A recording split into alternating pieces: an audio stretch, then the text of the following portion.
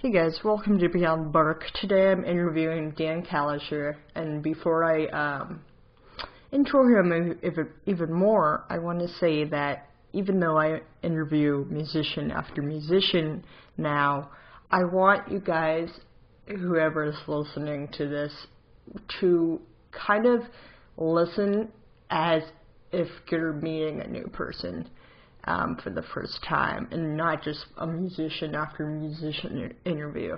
I want this podcast to be about knowing new people, new musicians, and that's all.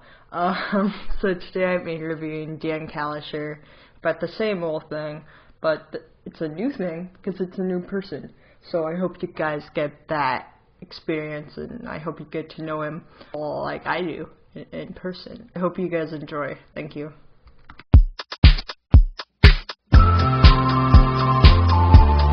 Behind the bird. Behind the bird. Behind the bird. Behind the bird. Okay. No sweat. Okay, we're good. No sweat. So we're gonna start with some icebreaker questions. Okay. Okay. What's your favorite movie? Oh God, great question. I don't know. It depends really on what mood I'm in. I love like dumb comedy movies. Maybe Dumb and Dumber would be one of like a top 5 at least. Dumb and Dumber, Happy Gilmore, dumb movies like that. I really recently I saw this movie Lion that was really amazing. Okay. The Oscar. Is that recent? It was. It was like an Oscar movie this year. It was like up for. Yeah. That movie was kind of incredible. Oh, The Fifth Element is one of those movies I could watch anytime, anywhere. Oh, I've seen that. Yeah. I've seen it probably 50 times. Really? Yeah, that's the answer to your question. That's probably my favorite movie. Yeah. Nice. That's a good movie. Yeah. To have as a favorite. Yeah. It's great. It's a great Favorite movie. show, TV show.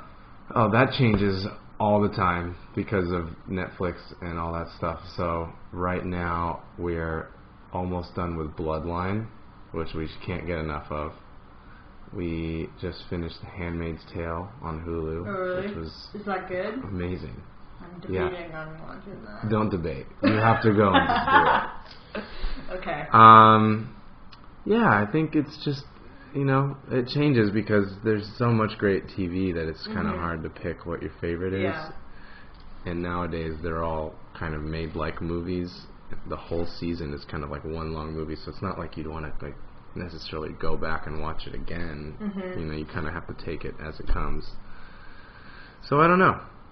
It's hard to say. Good question. I don't know. I never really thought about it, what my favorite is. Those are good answers. Yeah. Favorite book? Lord of the Rings. Okay. Yeah. Cool. Great book. Are you a Harry Potter fan? I was, yes. Okay. Big time. Read through all those. Like, I remember seeing it when it first came out. Not seeing the movie. Obviously, I saw the movie, but I saw the book, like, when it first came out when I was, like, I don't remember how old I was. 12, 13, maybe younger. And just, like, ate it up. And then once it started becoming a big thing, that's when the second one came out. And I was like, oh, wow, there's another book. Ate him up since the beginning. OG. Yeah. But Big time. you like Lord of the Rings? I like Lord. Well, yeah, because it was sort of like my dad was a big Lord of the Rings fan. Oh, okay. And so, like, I kind of grew up with it. And actually, recently I was on a flight home from London a couple weeks ago, and I just watched all 3 movies straight through. They had them on the plane.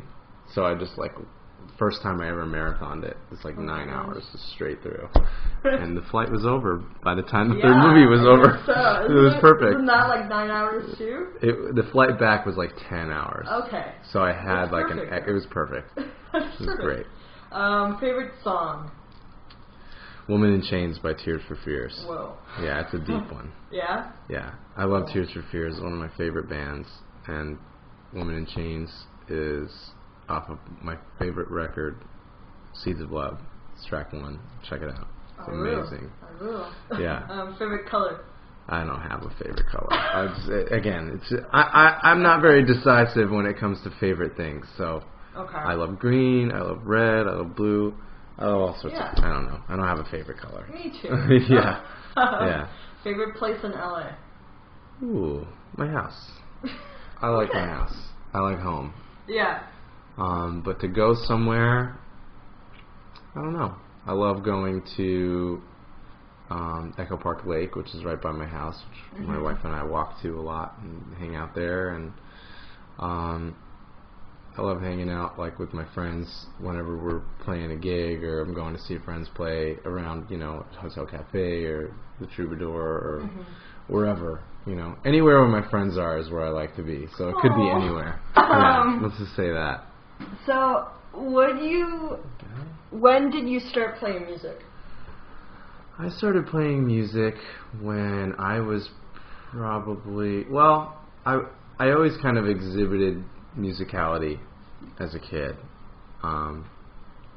I'd like kind of bang around on whatever was around, like if there was a piano there, I just would sort of go and play it and figure things out from a really young age, probably like 5 or 6 or 7 or something like that. And then I really started playing guitar when I was probably about 9, 4th grade, I'd say. Started playing guitar.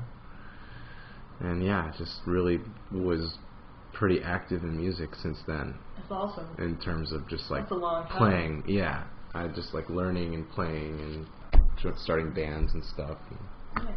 I've been doing that for a long time. Did you want to move to LA quickly thereafter? Or No, actually, so I didn't really have like an understanding of like the potential for what a musician could do for a career until I was in like college. I didn't really understand. I didn't know. I was ignorant to the fact that like the whole industry was based here, and that if you wanted to, I'd watch like the Grammys or something, and I'd see somebody play on the Grammys, and there'd be a guitar player playing with the artist, and they'd be like, how did that person do that? Like, what? I don't know anybody that does that here. I'm from Florida, so like, there's nobody really that did that there. There was somewhat of a scene in Miami where there was like a lot of like hip hop guys and a lot of Latin music guys out of there that would kind of do that thing. Like I knew a guy that played, I forget who he played with, but he played, I remember I used to work when I was in high school. I worked at Sam Ash. I sold guitars at Sam Ash, and there was a guy that came in, his name was Mark Strobridge, and he was the first guy that I had ever met that like, he was like, yeah, I gotta play on the Grammys this weekend or something. I don't remember what it was, or the MTV movie. He was playing with like Shakira or somebody. I don't know. It was somebody like huge. Yeah. And I was like, wow. I was 17 or so, and I was like, wow, that's crazy. Like, how did you? And he lived in Miami, But as I got older and more and deeper into learning about that and learning about when I first moved to California, one of my projects was I went to USC for graduate school in music and guitar, and one of my projects was I sort of came up with this project with one of my professors, Richard Smith, and it was to kind of look up these guitar players that are doing the gigs that you might want to do one day. So, and get in touch with them, and kind of like what you did with me, just like kind of contact them and be like, hey, like I'm doing this thing and want to interview you, maybe, or not interview, but like ask you some questions and just sort of pick your brain a little bit. And I wrote the stuff down, and so I did that, and I wound up, lucky for me, I forged really, really great friendships with a lot of these guys that I still have really strong friendships with to this day, and they shed a lot of light to me on what it took to like do it. A lot of it was kind of reaching out to those guys and just getting on their radar, you know, networking. It's kind of a dirty word, I think, networking, because it's got so many negative connotations. But networking, essentially, getting to know these people, going to see them do what they do, you know, inviting them to come see what you do, things like that. So, I guess coming back around to answer your question, once I learned that that was really what you needed to do, which was before I moved to LA, I was like, that's when I knew I had to do it. Yeah. And I was debating moving to LA or New York. I had like kind of two options. Yeah. And I decided to come here, which was the better choice. Why? What was the decision making? I mean, just because I didn't want to be in New York. Fair enough. I didn't want to be in New York, and I felt that the industry here was just better, stronger, and more present than in New York. It's just a little more of a grind for less there. Not that it's not a grind here, but it's like the opportunities are better for somebody like me. So that's why I moved here. Cool. Yeah. Who are your musical inspirations? Oh, God. What do you say? So many. It depends. Like, depends on what I'm going for. So, in terms of like musicianship, I have a certain set of influences. In terms of songwriting, I have a certain set of influences. In terms of production, I have a certain set of influences. So, in terms of musicians, it's going to sound kind of weird because I'm a guitar player, but John Bonham is like my musical hero. For anyone that's listening who doesn't know who that is, he's the drummer for Led Zeppelin.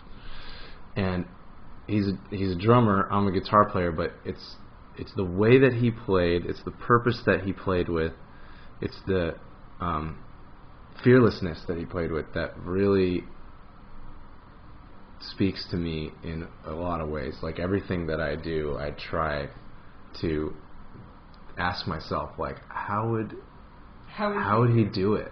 Or not even that, because I don't actively ask myself that, but it's like sort of like I try to use that energy within myself that he would have used. You know, like, I'm inspired by his energy and his creativity and his fearlessness in his playing.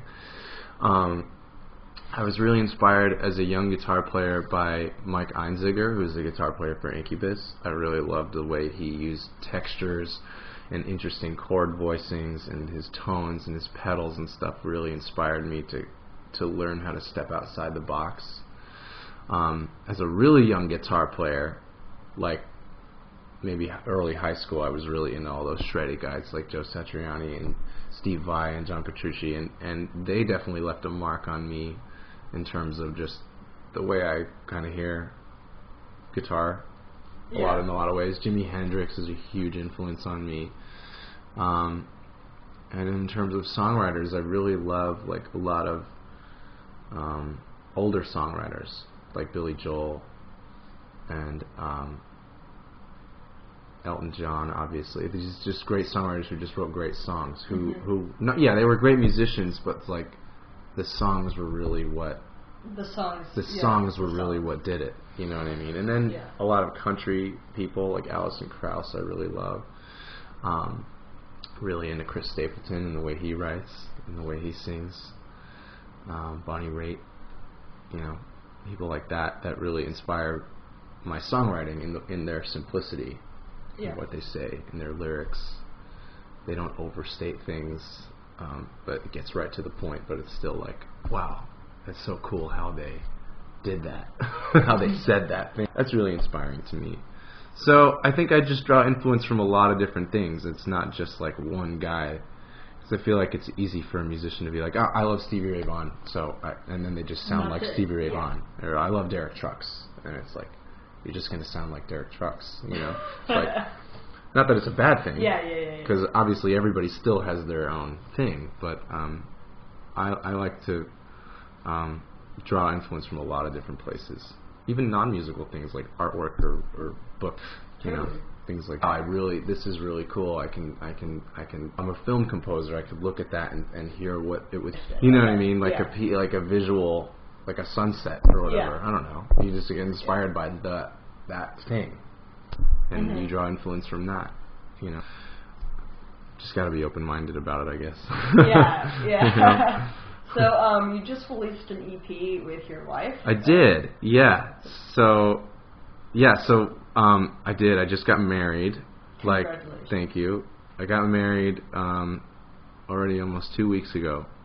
2 weeks ago from tomorrow. And my wife had this really... my wife's a singer. We have a band together called Sleep Machine. It's a rock band. But we also, in addition to Sleep Machine, I'll give you a little background. So with Sleep Machine, we got signed to this licensing and sync agency called All Media Music Group, and they take our catalog and they pitch it to get placed in TV and film. So we get a lot of our songs in TV shows. We've had a couple of ad campaigns and things like that. So with them, we're not just Sleep Machine, we're also just songwriters in general. So we write like a lot of different things. Like we have a studio at our house and we write all the time. We have like a couple different like side projects, like aliases, and one of these other projects that's becoming kind of like a thing for us because we write with it so much is called Echo Underground, which is also the name of the studio. We just called it Echo Underground because it's a studio project pretty much. And it's more like a roots Americana folk country sort of like picture, like John Mayer's Continuum record meets and Krauss and Union Station sort of thing. Like it's organic. It's very organic and it's just songs. It's about the songs. It's not about like the musicianship necessarily. I mean, it is, but it's not. So anyway, she had this really great idea for our wedding. When you go to a wedding and you sit down, they have like a little thing for you, like a little party favor, if you will. Yeah. She's like, why don't we make a record for our wedding guests? Awesome.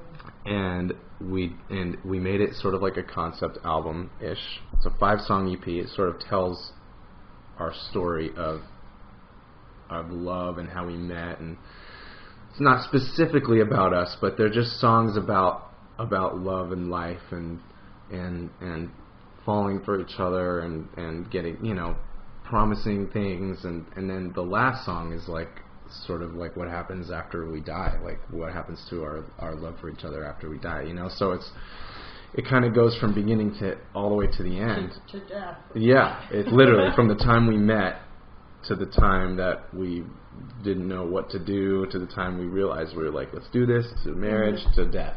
You know what I mean? And so we spent a lot of time just kind of writing it, talking. I produced it and played most everything on it except for the drums, which my friend Kyle Fair played at his studio, and I mixed it, and our friend John Spiker mastered it, and we finished it in time, got it printed, and it gave it to our wedding guests, but we decided to release it, so it's out on iTunes and Spotify. It's called Vows, and it really meant a lot to us to do that, and it got a lot of positive feedback, and not that that's what we were looking for, but we wanted to give it to everybody. But it's great. We're proud of it. We're stoked about it. I'll check it out. Check it out. I'll check it out. It's cool. It's easy to listen to. It's not like it's not extremely like genre specific, if you will. It's like you don't listen to it and go, oh, it sounds like twangy country or whatever. It's just good songs, and it's played organically, and it's fun. I think you'll like it. Yeah, looking Maybe. forward to hearing it. Yeah. So what's coming up for you? We just got back from our honeymoon, so we're just kind of right now what's coming up is just like we're just like we got to put a lot of stuff away. Sleep Machine is working on a full-length record, our first full-length. We've released 2 EPs, and we are working on our first full-length. We're writing and recording, and we're getting through it pretty good. We're happy with what's coming out with that. We're still just writing in general for other things. I got random gigs coming up around town. Some traveling in the fall with different artists that I'm playing with, and nothing too exciting. Just like playing on other people's records and just working on being a musician here. You know, That's awesome, nothing exciting really. Just That's exciting. yeah, just work. Yeah. You know. Cool. So thank you. Yeah, for being on anytime. this. Thanks for having me. This is Yeah. cool. I mean, I've never been really interviewed in this capacity You before. did great. So, Thanks. Good job. Thank you. Thank you. All right, no problem.